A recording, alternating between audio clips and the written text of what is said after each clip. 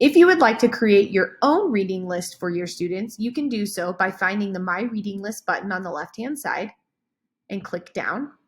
Now, if you've subscribed to any reading list, as you can see here, I've subscribed to 2 of them, they will show up here as well.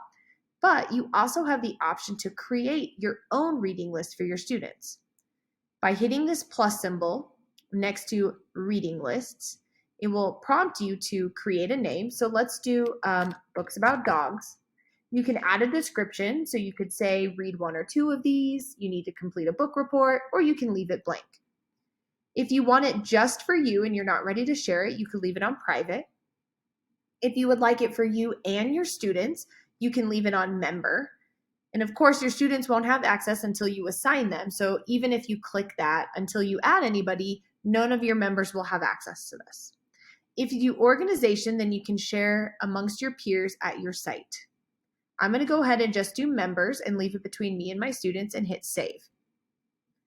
You'll see that it opens up and it says you don't have any titles. Would you like to add some? I'm going to show you what this looks like from the My Reading List side as well. So you'll see now it populates here on the bottom. These are alphabetical.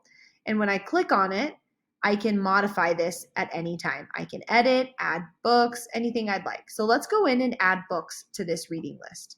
So I'm going to click add books and I'm going to just search for dogs.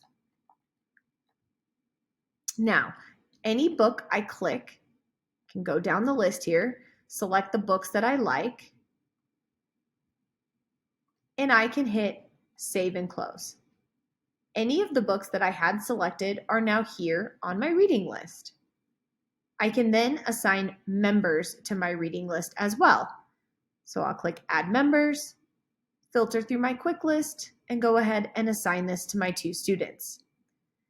Now later on, if you're searching for books and you find another book that you would like to add, you can do that at any time.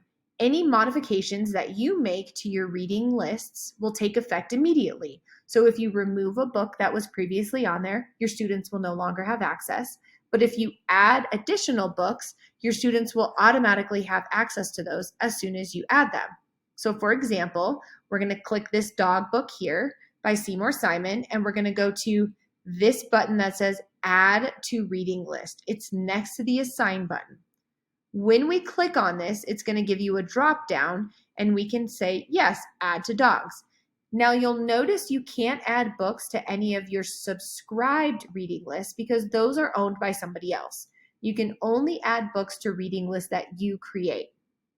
But I can click add and that book is now added to my reading list. And I can repeat those steps if I want to add any additional books to my reading list.